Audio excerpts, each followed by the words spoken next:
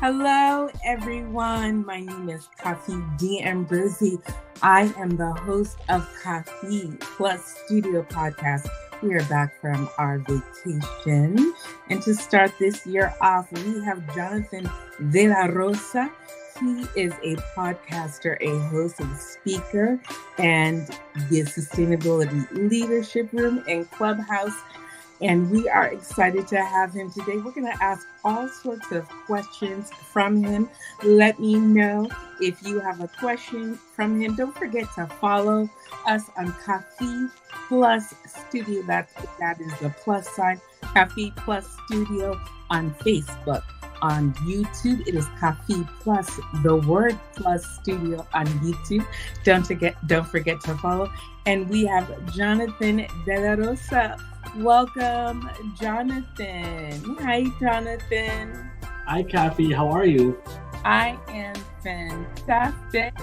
And let me, I forgot my own intro. If you hear that music, it means everything is working out for you.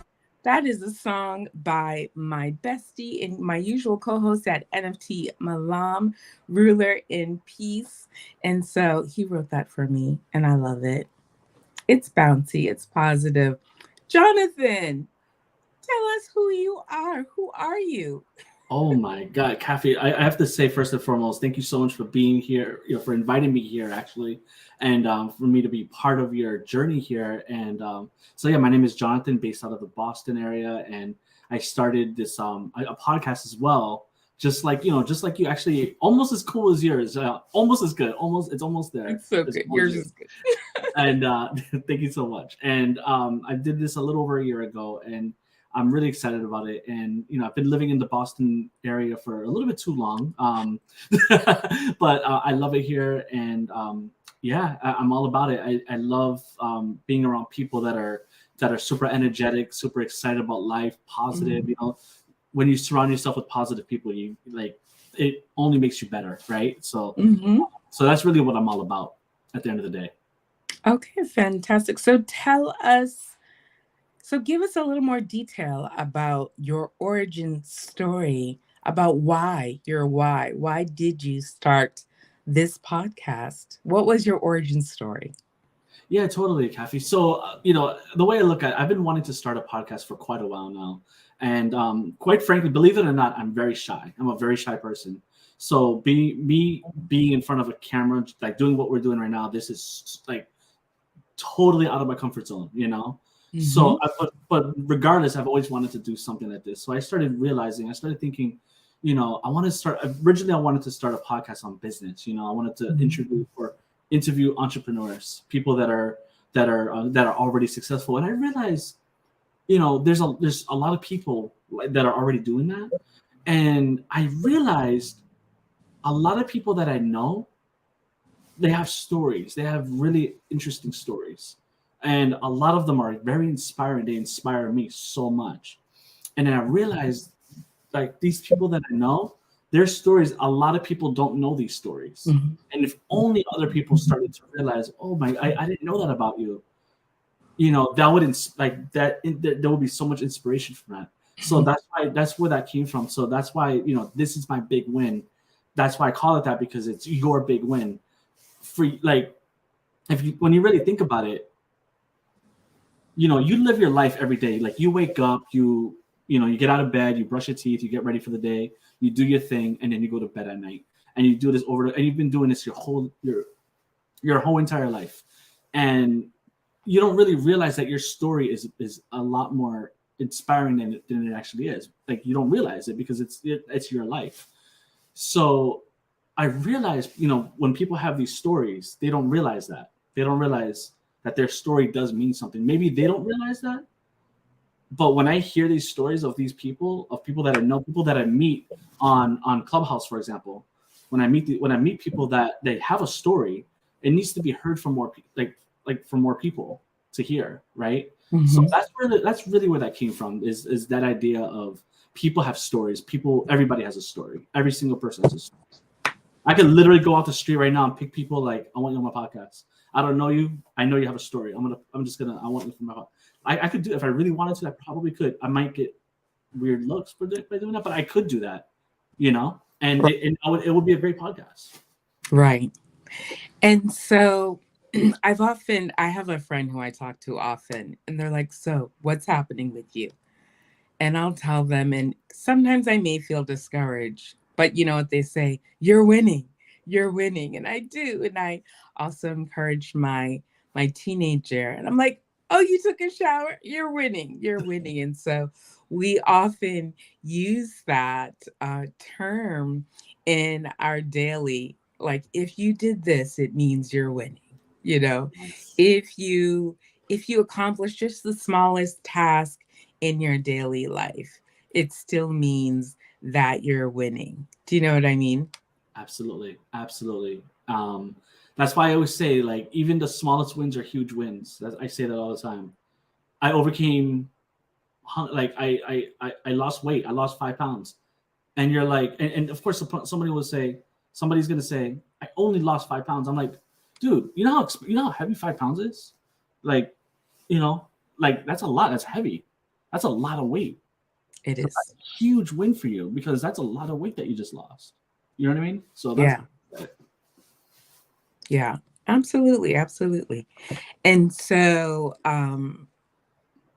so that was my favorite. What was your origin question? What was the story? Give me your top 2 stories that really affected you the most. From my podcast is what you mean? Wow. Very good question. So there's so many. I don't even know where to choose. I don't even know which one to choose. What made you laugh the hardest, and what made you cry? How about that? Wow. I got to think about that for a second there. What made me laugh and what made me cry? Wow. I would have to say the one that made me cry is actually my last episode I did for season 1, where is a woman that I met. Her actually she's from Lebanon, and her story was really interesting because she grew up in a very, and I don't want to give away too much of the story, but to make a long story short, she was in a very abusive relationship, an extremely abusive relationship, and what was wild about that story is that it turned out where there was a day where she was actually like almost suicidal, and then her daughter actually, her daughter was actually getting to that point too. So this person, so the one I interviewed, so there was a day that she actually had a heart attack from all the stress that she was going through, and then her daughter basically saved her life at that point. And as soon as that happened, she made a decision at that point. I'm going to leave this person.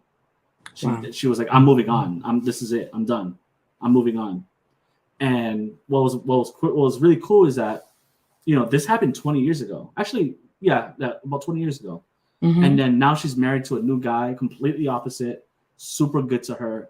And she's doing huge things with her life right now. Amazing. And I'm friends with her on Facebook.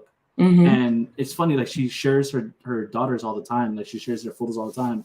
And she's always so grateful to them. She shows so much love to them, in an open forum. You know what I mean? Wow. That's amazing. So it's, that was a really wild story. There's no doubt about that. And then for laughing, I mean, I would say, I interviewed this gentleman. His name is Wally Green. I'm sure you know. I'm pretty sure you know what I'm talking about. Yeah. And the reason I laughed so much with that story is because he's so animated. Like, he was so animated about his story, and it's really funny how he's able to tell his story in a way that makes you laugh, but at the same time you're so focused and you have to listen, like, because he gives so many pointers on life, on basically life goals, not even just life goals, but like what actions you can take to basically, to look at life in a different way. Because you might be growing up, or you might be living a life where you're just angry, or you're sad, you're going through depression. But the way he tells his story, it's like, you're going through what you're going through, but you have to make decisions to fix that. You have to make a decision. And when a person tells you, for example, you're going to end up like this if you make the wrong decision, don't let that person be right about that. Let that person eat their words. And Right. the way he tells his story, there was a lot of laughing in that episode for sure. Right. It was a really good episode. Mm-hmm. Mm-hmm. So for 2023, what did I? Well, actually, we've been friends for about, I think, 3 months or 4 months so far, and That sounds accurate. I think so. And I went through your Instagram feed, and it's full of travels. Tell me a little bit about your travels, your motivation for travels, and how it's enriched your life and sort of prepared you for where you are today. Yeah, of course. That's a very good question. Growing up, I didn't really like to travel. Right, Mm-hmm. I was actually afraid to travel. Mm-hmm. I was very sheltered growing up. Right, like growing up, being sheltered and like just being afraid to be out all by myself. Right, and as time went on, as everything as time went on, um, I realized, especially traveling, like going to Iceland, going to the Philippines, going to, just different places, right? Like going to different countries. You get to see a completely different world. You get to see a completely different, like something completely different than your everyday life. And one thing I've realized is that, a lot of the things that we complain about, like in our day to day life, Mm-hmm. other people would die to be able to complain about that. Like literally, they would die for that. Like if I'm complaining that there's not enough food, there are people that would that would kill. Excuse my Not the enough, graphic. Just to not have enough, they would kill for that. And right? you see people living like that. Um, and then on the other side, you go to a place like like Bermuda, you go to a place like Iceland, places that are just absolutely beautiful. Like it's like God painting a picture. That's how beautiful it Mm-hmm. is. Mm-hmm. So when you get to see different parts of the world, when you get to see different countries, it really helps you become a lot more cultured. You get to see the world a little bit differently than before, right? And that's what I enjoy. Like this year, for example, I'm going to be going to Japan, Tokyo, Japan, for the by myself, Mm-hmm. and I'm excited to see something completely different. I'm actually trying, and don't ask me to speak any words because I still don't know, but I'm trying to learn a little bit of Japanese. So, to at least learn a couple words. Some basic phrases, but I'm in the process of learning those languages now. And it's the same thing with any other country. If I go to any other country, I want to learn languages for that place, and I want to get myself really involved in that country's culture as much as possible, and not assume everyone can speak English. And so I really like traveling is something I always enjoy doing. And on our the interview that I actually had last night on Clubhouse, the person that I interviewed, I actually admire her travels. I mean, Mm-hmm.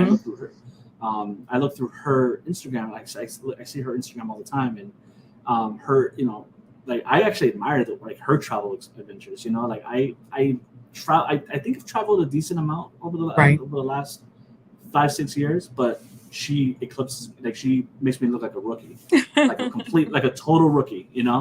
And I'm like, man, I got to travel like that. So I'm excited. And before I was never like that. Like, it's kind of like the shy thing.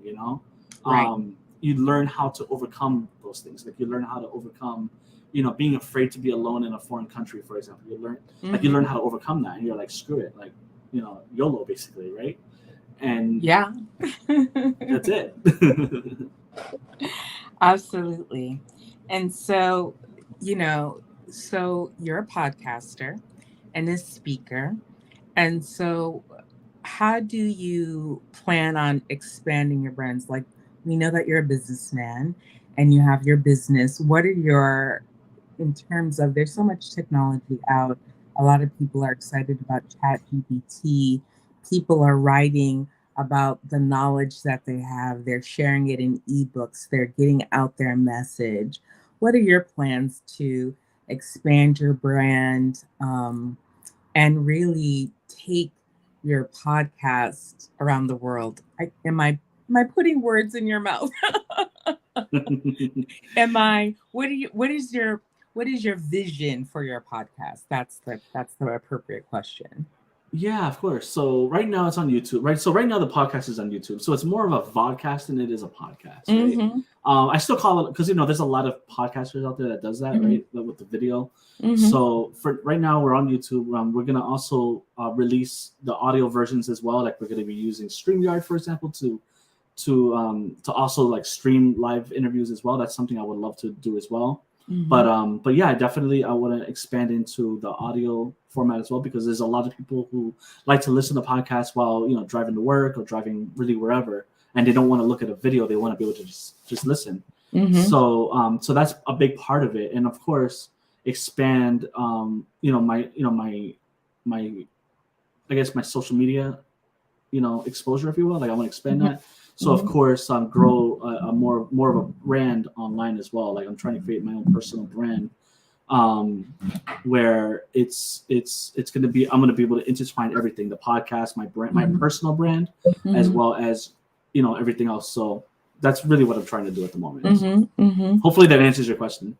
Absolutely, absolutely. So what would be your advice to someone who's interested in starting their own podcast? Good question. I mean, here's the thing. Like, I'm still brand new in this. Like I'm so brand new. So I'm very far away from being successful at this, right? Very far away. I'm still brand new. However, I will say that if you're thinking about it, if it's something that is on your mind, if you're afraid of like people judging you or laughing at you or putting you down, or you're nervous about what you're going to look like on camera, what you're going to sound like on the microphone, let that go. Like, absolutely let that go. Like, if you think about it, for me personally, like the fact that I get on camera, the fact that I get on these clubhouse rooms and talk to people that are listening, there's like 100, 200, 300, sometimes even over 1,000 people in the room listening. If I'm able to do that, so can like anybody else can do the same thing, if not better, because you just have to get over that. You have to get over yourself. You have to be able to look past yourself and look at the other person that is listening, that's watching. So I think that's really important. Fantastic. You ask so many questions, but your most important question that you always ask is, what is your big win? And I've been waiting to ask you this question. What is your big win? Can you tell me your big win story? Because no one gets to ask you. And so I've been waiting, even though it's your show. What is your big win? I've been waiting to ask you your big win story. Take your time. I want to hear the whole thing. Oh my God. I do. Start from the beginning.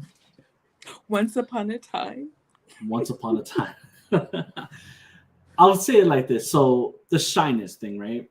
So once upon a time, growing up, when I was in like back in middle school, high school, and I think you grew up in the same place I did, in the Boston area. So I'm sure you know how it was back in the day. In the Boston, especially in high school, right? It was always killed or be killed.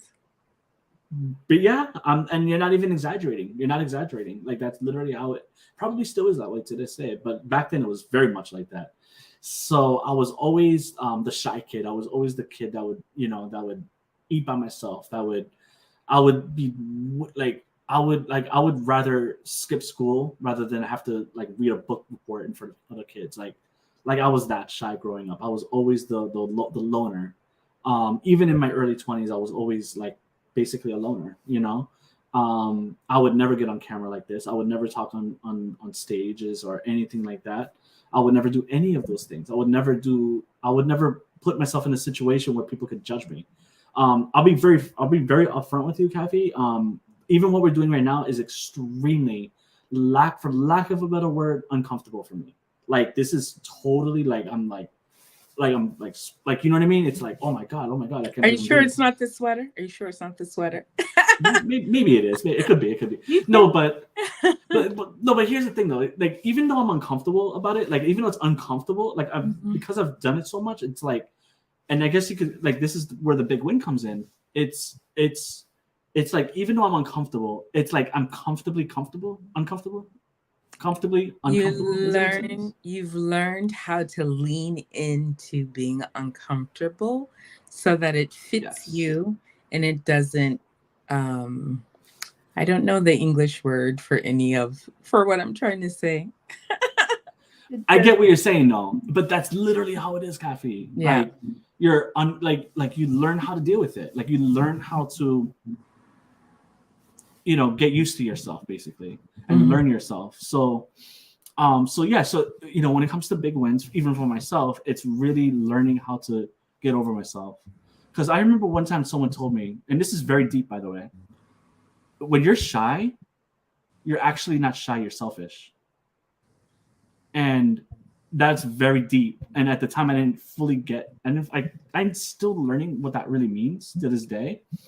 But what that person meant by that was, you have a gift, like you have something to share. You have something that can influence and help other people grow. Mhm. I mean, you may know what that is already. Maybe you don't know what it is, but there's something that you have that another person can benefit from. So when you're shy, you're actually being selfish because you're holding it in. You're basically letting yourself succumb to whatever it is that's making you shy. Does that make sense? Absolutely. It's very deep, by the way. Absolutely. This is very deep stuff. So when I first heard that, at the time, I didn't fully I couldn't even grasp. Actually, I was offended when I heard that. I was actually offended. But you know what they say, like, if you're offended by something, if something moves you or impacts Mhm. you, that means it's something you need to hear. Like, it's something you actually needed to Right. hear, right? Mhm. So so I understand that now. I understand what that means now. So, like, if I'm being too shy to get in front of a camera, to talk to you, to interview other people, like the people that I've interviewed so far, a lot of people would not be able to hear their stories. Right. Granted, they probably would share their stories in other ways, but they're not letting their story be shared in a bigger way. Right. Does it make sense? So Absolutely. by me not allowing myself to be so shy to the point where I don't even want to be part of, I don't even want to do anything because I'm too shy. Mhm. I'm basically stopping myself from doing that. So I'm basically being stubborn and not allowing myself to grow. Mhm. So I guess you Absolutely. could say that could be my big win.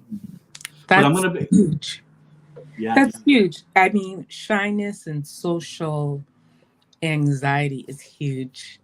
And with all the information that we know now, I just read an article about how I wish, it was sort of a joke. I think it was on ADHD memes about how, you know, the teacher says, "Who knows the answer to this?" And the student who always knows the answer is overlooked, and the teacher always chooses the student with social anxiety who does not want to speak publicly ever and doesn't know the Absolutely. question or knows the question but blanks out because of the social anxiety. It's like, why? Of course. Why? Of Why? course. And it's like public speaking is not for everyone.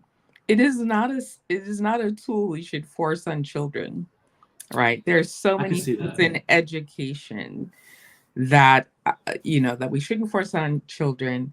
I believe, with the unschooling of children movement, we are more sensitive to the needs of our children, and I've experienced that, and especially with shyness. My own child is shy, extremely shy, but then not shy, right? At home, when they're feeling comfortable within our circle of family, extended family, our chosen family, they're actually extra. But in other social situations, they have extremely high social anxiety. And so we're all learning to navigate that. I am also quite shy. I'm very open.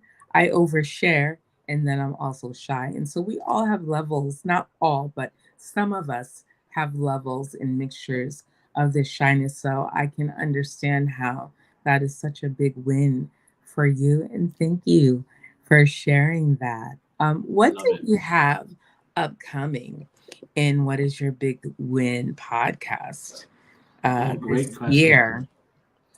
For sure. So I took a small little hiatus last year from the show, from doing everything, because I had some other stuff going on in my personal life, and we decided to start season 2 in 2023.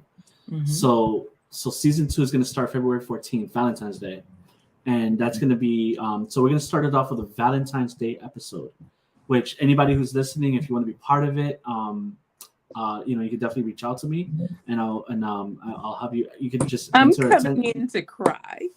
Yes, you are. You're gonna come in. You got to be part of it, Kafi. You have to be part of it. Listen, I have love story for days. You just tell me what kind of love story you want. Boom. Foreign, international, multiracial, whatever. Let's go. Let's talk about it, baby. I had someone call me one day. They're like, Kafi. I'm like, Jess, who is this? They're like, it's the love of your life. I was like, sir.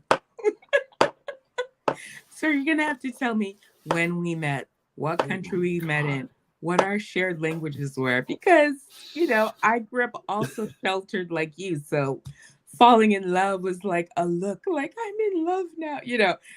When you're sheltered, your emotions run high at the slightest thing. So, love of my life, there was I thought everyone was the love of my life. So I was like, Sarah, you have to tell me what mutual languages we share, that we spoke. You have to tell me what continent we met on, what continent you're from. I was like, I can't. Is your name Luis? Is your name Alejandro? Is your name Andre? Is your name Eric? I was like, I don't know who it is. Because, I was young. I was in love all the time, 24/7. I was like, I don't know who it is. It's 4:00 in the morning. You're going to have to narrow it down, sir. You're going to have to give me a continent, area, decade, languages. 1990s, Europe. Yeah, there you go. Oh, wait. Sure 1990s Europe. Don't make it specific. More specific than that. Well, 1990s, I had my first, I would say I had my, no, 1990s. I don't have enough names to protect the innocent. Let me see. 1995. Nobody. I was traveling the world in the 90s. That's your big win on love right there. I was traveling the world in the 90s. I wasn't in love. I was busy. Teaching English around the world. That's awesome. That's so cool. Yeah, there might have been. No, wait. Hold on. Wait. 80. Luis. There was a Luis in Canada. Ooh. And there was a stranger in France that we just passed like ships in the night. The night is too young. Yes, there's a stranger in France who I just... Yeah. Then the gypsies tried to woo me with their music, but I resisted. No love story, just experiences of romance, of just swirling. The air of romance was around me, but I wouldn't say there was a particular actual romance, but there was a lot of romance in the air in the 90s. We gotta talk about it for sure. We gotta do another podcast. Just this alone. You can throw the deck. You can throw a year at me, and I'll tell you. Wow, amazing. Yes, absolutely. I love what you're doing. I love the fact that you're new. I am renewed. So I took a very long break from my podcast. I took a COVID break from my podcast. Oh, wow. I took a 3-year break from my podcast, and my first podcast was Cafe with Kafi, inspired by a friend of mine, Katie, or my Katie did. That's what I call her, from books back in the day, classics. And so we used to work together. We were on a Spanish team for health insurance, in the community. And so we used to have coffee, and we used to have these intense psychiatric. We used to have therapy in the morning, basically. We used to have a morning therapy session, assessing our lives, our emotional state, and management. And so it's like, what should I call my podcast? She said Cafe with Kafi. I And like that. so That's a nice name. that's my first season, and that are just their 5-minute podcasts where I tell a travel story and then I give you a little snippet of wisdom that goes with the story. And those are very ASMR because I say, good morning. Welcome to Cafe with Kafi. I And those love are that very like, name. That's nice. yes. And then I switched it because I am doing something else. KafiPlusStudio, welcome. Arr. You know, we're Let's at go. Web3 now, so I'm a little more, let's go, let's go, let's go. Let's You know do how it. that's what we say in Web3, let's go. And we all say Absolutely. it the same way. Did you notice? We all say, let's go. We all say it the same way. So the branding shifted, but I may come back and dip into Cafe with Kafi. I'm going to be in. I may do a love story podcast. Let's talk about Do it. that. That's a great story. There's a lot of love in my life. But I'll tell you this, Kafi, as well. Like, so, like, the thing what I'm excited about is, that's going to be coming out on the 14th. I'm excited. And I know, right? And then we're going to start, and then that's going to start season 2. So we got a bunch of episodes coming out. We have an episode about a person who overcame being sex trafficked at a young age, right? We have another episode on how this person moved to the U.S., found love. We have another episode of a young lady who learned how to live with autism, right? And still learning how to live with, to this very day, still learning how to live with autism. And this is a person who's about to go to college, who's doing big things with her life. Mm-hmm. She's in Web3. She's part of Web3. She's in Metaverse. She's making her own NFTs. She wrote books already. Like, they're published in everything. Are you talking about me? Maybe not. I don't know. I'm still learning. I'm like, what? I'm what? I'm like, that sounds like me. No. Absolutely. And then another story of a person who, and you probably know who this is, a person who was actually born in Vietnam during the Vietnam War, mm-hmm. and then moved to the western part of the world, to Canada to be exact, and learned how to, basically grow up in a completely different environment, right? And learning about himself, like, basically as an orphan. This person was an orphan. Yeah, that's huge. That's a lot of trauma. That's multiple traumas. But when you see this person's interview, it's like you would never know that. Like, actually, he doesn't really have trauma. He's embraced it. Amazing story. You got to check it out. Yeah, some people don't know they've gone through traumas because of their positive mental attitude and their ability to manage the repetitions of thoughts in their mind. So if their mind is strong and they're able to not have negative repetitions of thoughts, then they don't know that they're traumatized. I've been through many things. I'm like, was that trauma? Was that a hardship? I didn't know. No one told me. People often ask, how did you survive that? I said, I didn't know I was suffering. Wow. Right? If you don't know you're suffering, are you really suffering? That's a deep question. I still have to think about that. Like, how do you even answer that question? Like, are you really suffering if you don't know you're suffering? Like, I almost died having my daughter, but it didn't dawn on me until 4 months later. Wow. And then we joked about it. But did you die? I didn't. No. So did I really suffer? I mean, you don't have to, and you didn't suffer in trauma either. No, I think the only trauma I suffered from my pregnancy is that I lost my memory. That's trauma. Oh my goodness. Is that I lost my memory. No, that's not losing my memory is not the trauma. The trauma is the health disparity of doctors not listening to me and checking me. Hi, I lost my memory for 7 months. Anything? Do you want to test anything? No? You're Do you still remember anything now? Do you remember anything from those 7 months? Still? Wow. On a good day, like if I really struggle hard, it's a struggle, like super hard. I can remember 7 to 10 days, Wow. but So this pretty is much, so amnesia, right? That's amnesia, right? yeah. I've never met anybody that actually has amnesia. And I This is didn't fall. I didn't listen. I didn't fall. I didn't hit my head. right. I cannot remember more than 10 days. I, Wow. and I had, and thank goodness I had my child early. So it was 7 months. Out of 7 months, I only remember 10 days. The fact Oh, that you remember this, the fact that you listen, I don't even know how to put this. The fact that you remember that you don't remember something for 7 months, that's interesting. That really must mess with you a lot.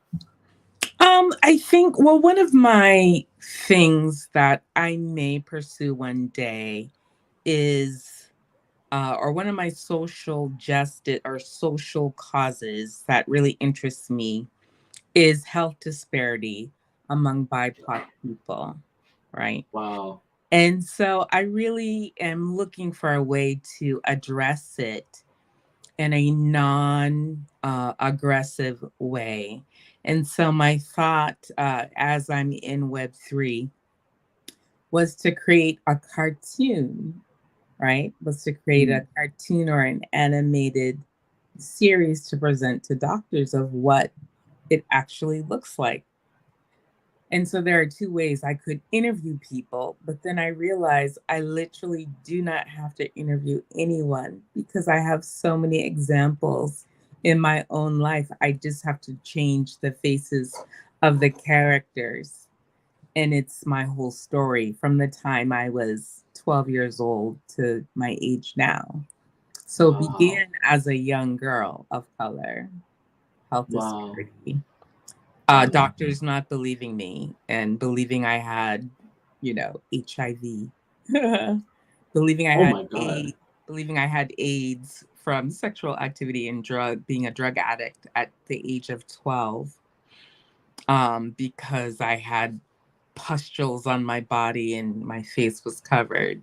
And so for 5 hours, they kicked my mother out, demanded my sexual history and my drug history, and kept repeating the questions, blah, blah, blah.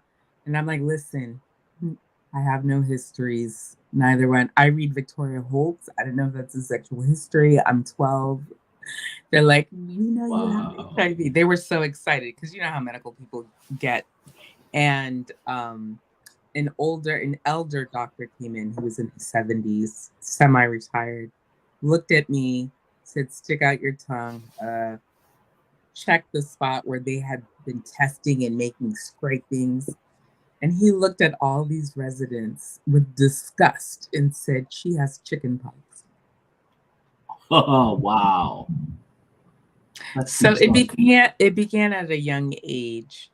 And thankfully, when I had my daughter, I had an amazing team who believed me. So they believed everything I said. And that belief is so empowering. And then being a caregiver for my mother, I learned agency. And one of the things I learned is that medicine is an art that I allow people to practice on me. And so if you do not listen to me, then I fire you. You work for me. Wow. And I believe that doctors become a part of my medical team that serve me and my family. And when you are not participating in the medical planning that I need, because I can't write my own prescription and I can't perform surgery on myself. You have to find someone who's like-minded and understands and respects you. And so when I find people that do not, I'm like, thank you so much. Yes, thank you. You're fired. I've only done it once or twice, but like, thank you for your service. You're fired. Absolutely. Because you're not serving me. You are fighting me. And currently I'm ill. And I don't have the energy for you to sabotage my health journey. Thank you so much. And you're just kind. So the fact that you can say that kindly. Oh yeah, so that's when people are very afraid of me because I don't yell. Ooh. I low talk. I'm like, hi. I just want to let you know I'm enraged by the black mold in my immunocompromised heart transplant patient mother. Thank you so much. If you could remove the black mold from her room, from her hospital room, that would please me to the nth degree. Thank you so much. This is the third time I've asked. Thank you. Wow. Yeah, thank you. And then sometimes my mother warns people. She's like, my daughter's coming. Hide. Oh my gosh, that's wild. But You have some stories. I have all this. We have to learn how to be advocates for ourselves.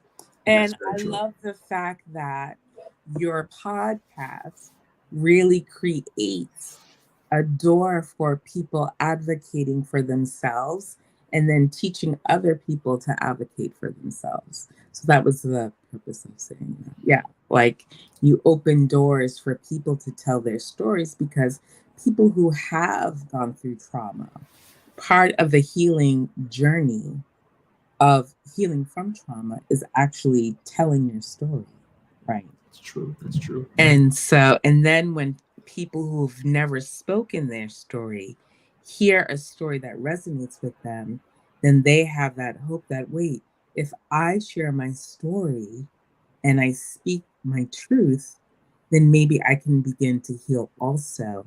And so I love the fact that you're doing this. And I just wanted to share the fact that what you're doing is creating waves that you have not seen even the end results of. Right. Absolutely. That's so you're just you're planting seeds. You're planting seeds, and it's so much bigger than I think you imagine. But I think you have imagined it, but it's even bigger than that, right?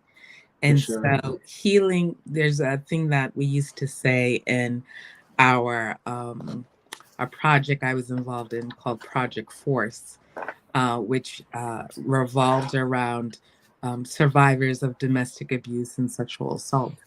And we used to say healing is hard work, because the healing crisis can often be more painful than the trauma. Like you lance a boil, it's often more painful. Absolutely. When you lance a scar or cut a scar open, it's often more painful. But when you tell your story and you speak your truth, it can release so much healing energy for yourself and for other people. And I just see that happening every time I'm in the room with you, listening to the interviewees and the people that are in the room and the comments in the back channel. And I just see it happening over and over again. And it's so amazing. And so I wanted to give you your flowers on my platform to say I love the work that you're doing. I'm honored to be a part of it, and just to be a witness, and just to sit on the stage with you to support you in any way that I can. So I appreciate that. Sure. And I do appreciate that. Keep going. I love it. I'm here for it. For sure. I love it. I'll tell you, Kafi. Yeah, I love this. I do enjoy the stories that I do where you have the people with the really, really big wins, the stories that are very dramatic. Of course, I really enjoy those kind of stories, but I'll tell you, to be completely honest, my favorite stories are the people that they don't even realize that their story is a big win. Those are my favorite people. I didn't think my story was a big win. I was like, no. I didn't have a big win. I couldn't That's my point. I was like, every time I'm in the room, I'm like, I don't think I have a big win. I don't have a big win. I literally, every time you interview someone, I really am struggling to figure out if I have a big win. I'm like, I don't have a big win. What? It's your story. It's your story. It's your life story that's a big win. In my opinion. It's really your life journey. That's really that in itself is the big win. In my opinion. Like for example, the person I had last night in Clubhouse, her story, it may not necessarily give you tears necessarily, but her story, and I love the questions you were asking last night in the middle, because she didn't even realize how to answer that question, right?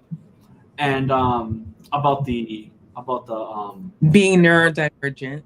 yeah, there you go. And she didn't even realize, and she's like, you know what? That's a valid question. And so those are the stories that I enjoy. Those stories because they don't maybe they don't even realize that their life itself is a big win. And the fact that if that is in fact the case, that she's that word that you just said, um, that makes her story even better because for a person to be that way, right? Or even to be on the spectrum and being able to travel, being able to enjoy life despite all the discomforts. That is so inspiring in my opinion. Yeah.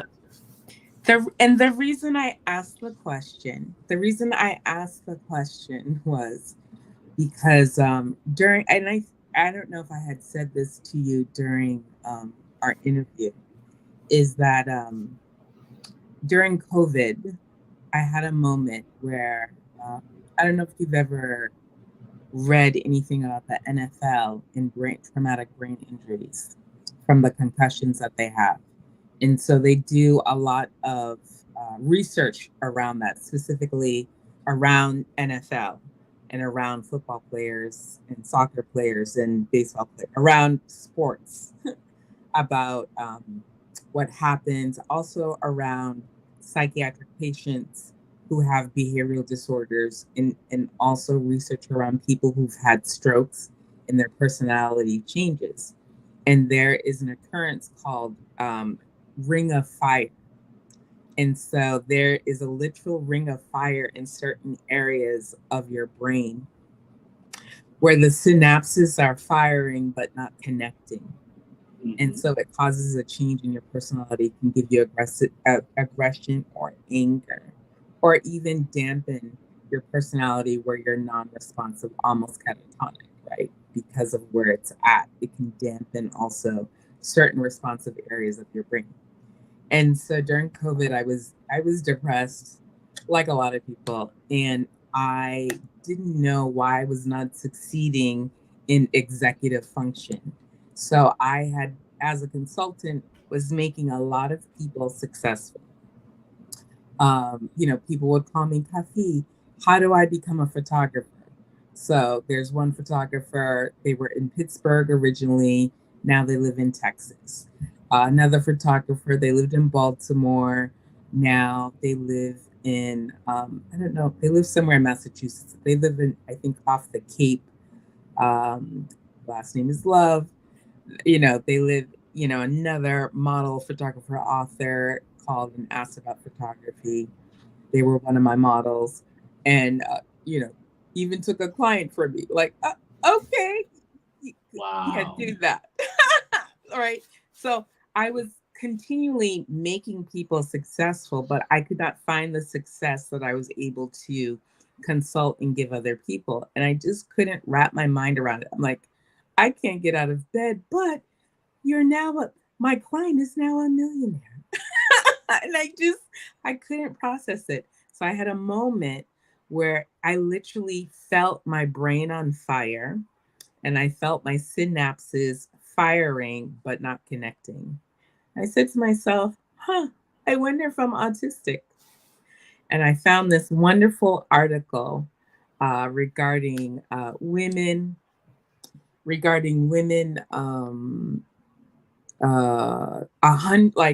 was done by a researcher, it was done by a doctor. They were signs of women with autism and Asperger's that were overlooked. And there's over 100 there. It's an outline. It's like this long. It's almost 2 pages of signs and symptoms. And I had every single one of them. Every single one of them. Wow. It's like 100, like at minimum 150 in an outline. I had every single one throughout my lifetime. So at that point, and I went on to get diagnosed by a health person that I was on the spectrum and that I had Asperger's, high functioning. And so with that information, there was relief, right? There is relief. Oh, this is why I don't have executive function in certain areas of my life.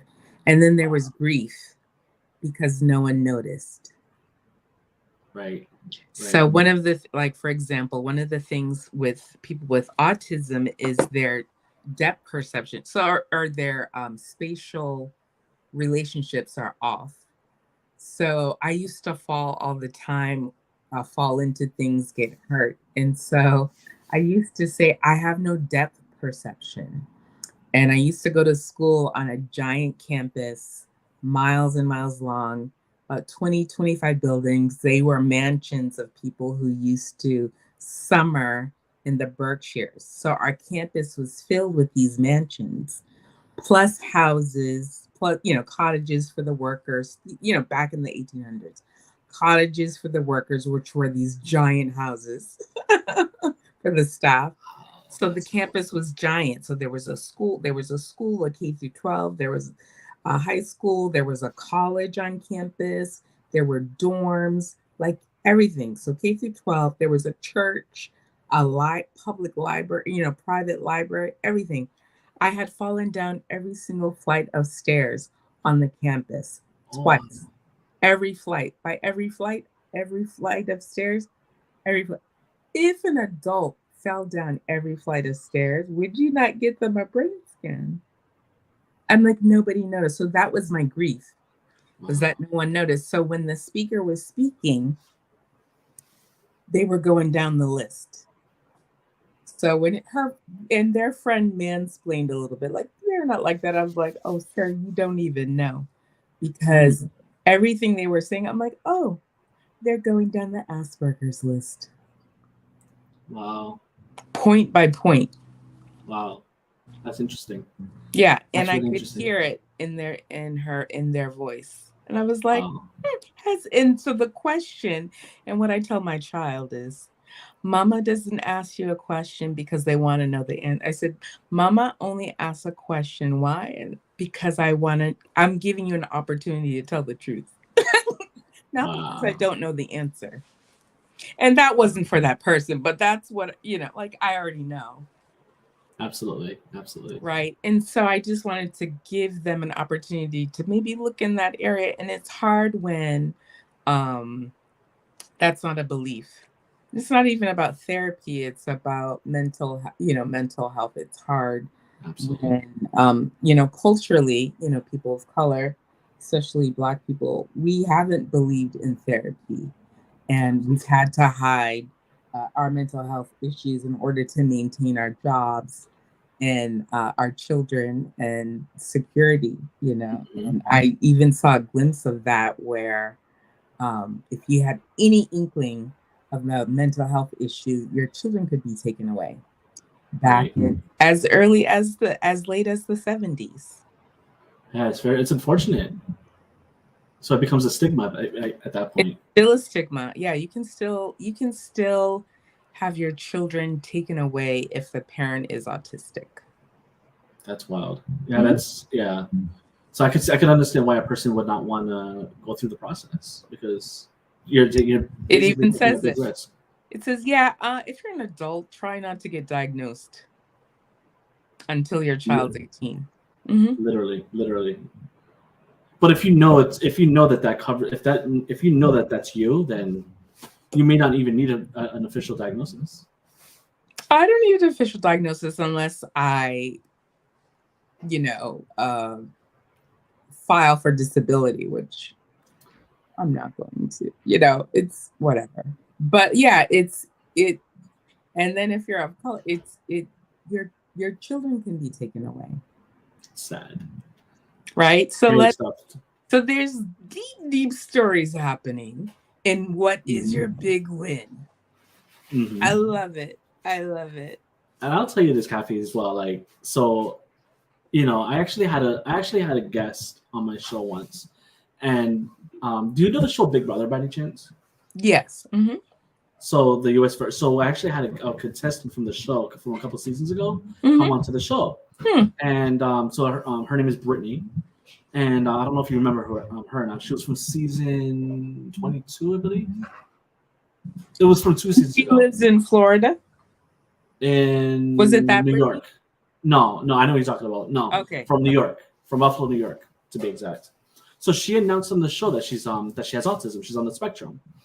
So I was like, I have to have her on the show. Like that's like you could sort of see signs of it, right, on the show, like when you watch the show, but it's like it doesn't really hit you like, oh, this person might be on the spectrum. Mm-hmm. So that explains so much. And when I had her on the show, I learned so much about the way, especially if you're a child or you're growing up, you're growing up on the spectrum. And a lot of times, one thing I've learned is it really truly takes a village to be able to raise that child, regardless of whatever their needs are. Even if it's a child that's not on the spectrum, it still takes a village, right?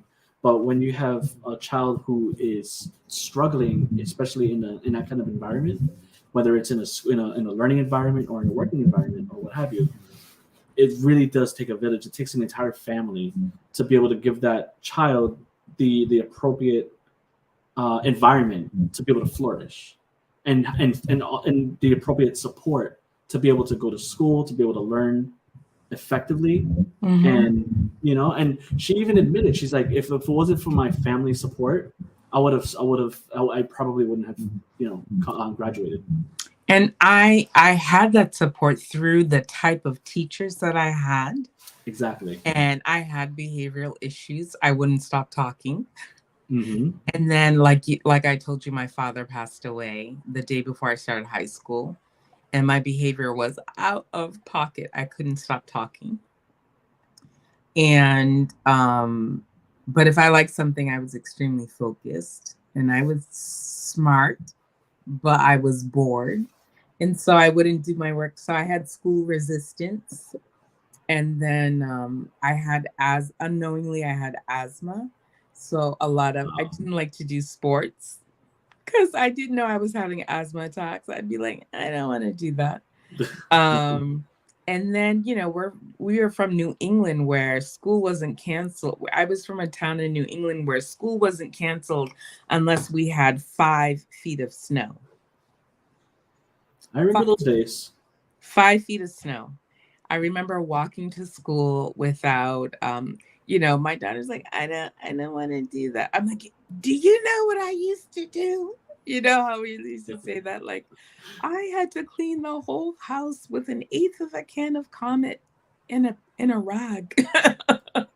But I walked to school with no gloves, and I almost lost my pinky and the tips of left hand. Brutal.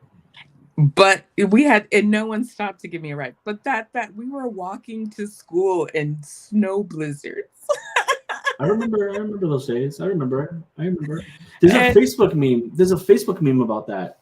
Like 2023, like you get like this little tiny snow, school's canceled, Yeah. And then from like 19, yeah, it's 19, what is it? 1980 blizzard. School's in. Well, that was the transition that I had moving from Massachusetts to Baltimore. They would get this much of snow. I'm like, why is school canceled? We don't get it. So everyone that I knew who lived in Massachusetts, who now lived in Baltimore, we would just go and play with this with barely a spring jacket on because we were so used to it had to be higher than the kids. It had to be taller than us for it to be canceled. Yeah, we were in. Oh yeah, and a lot of us walked to school too. So we were confused as like, why is school canceled? We didn't get it. We did not get it because all we did was go and play in the snow, and that's what we did when school was canceled. We go sledding. So it was the transition to extreme dusting, like what is canceled, but it is also dangerous for people who don't know how to drive. Very true. In winter conditions, so it can be dangerous, it can be deadly, so we respect that. Of course. Tell me what you want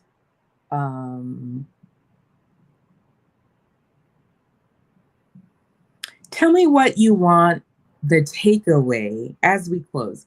Tell me what you want the takeaway to be for what is your big win for the end of the year. We want to extrapolate as your legacy, but just for the end of the year. For the end of, so you mean like in life, like for life, or just no, not for life. I'm not gonna make it that big. Like just at the end of the year, what would you like the takeaway to be for my big win? Totally. The first thing that I could think of really, Kafi, is when a person or even myself is able to accomplish something that I've been thinking about doing for so long, or I've been wanting to do for so long. And being able to accomplish whatever it is I need to accomplish, and being able to do that within that year, being able to accomplish something I've been thinking about for so long, and I'm like, I gotta make it happen, and I do it, and I actually accomplish it. It's a really big, fantastic. Hopefully that makes sense. I think it does. Well, I think we have so many things to talk about. We do. We definitely do. I would love to have you come and pop in and talk quarterly, whenever you want, actually. Whenever you have an announcement or whenever we can do a little commercial. But I love being part of What is Your Big Win on Clubhouse and the Sustainability Leadership Club. I love being on stage with you and listening and supporting you. It is an honor to do that for you and hold space with you and your guest. And I'm excited for your year. I'm really excited about that Valentine's Day podcast. I'm excited too.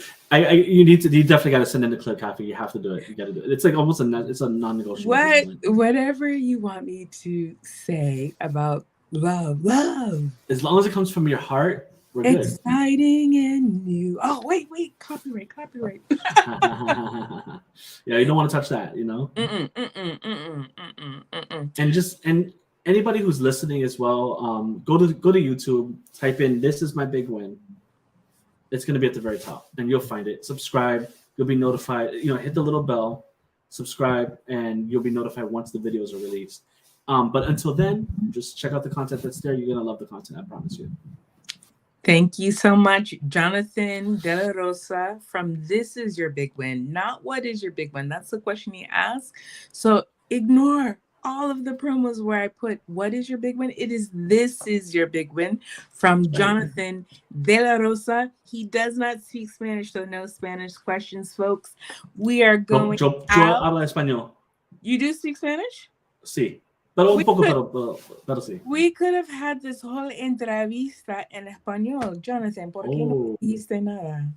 Okay, next time we're going to do a Spanish interview. La próxima vez. All right, we are headed out with the song Let Me Load This, or AKA My African Queen, by DJ No Sin and our very own Desi. Goodbye, everyone. Thank you. Thank you.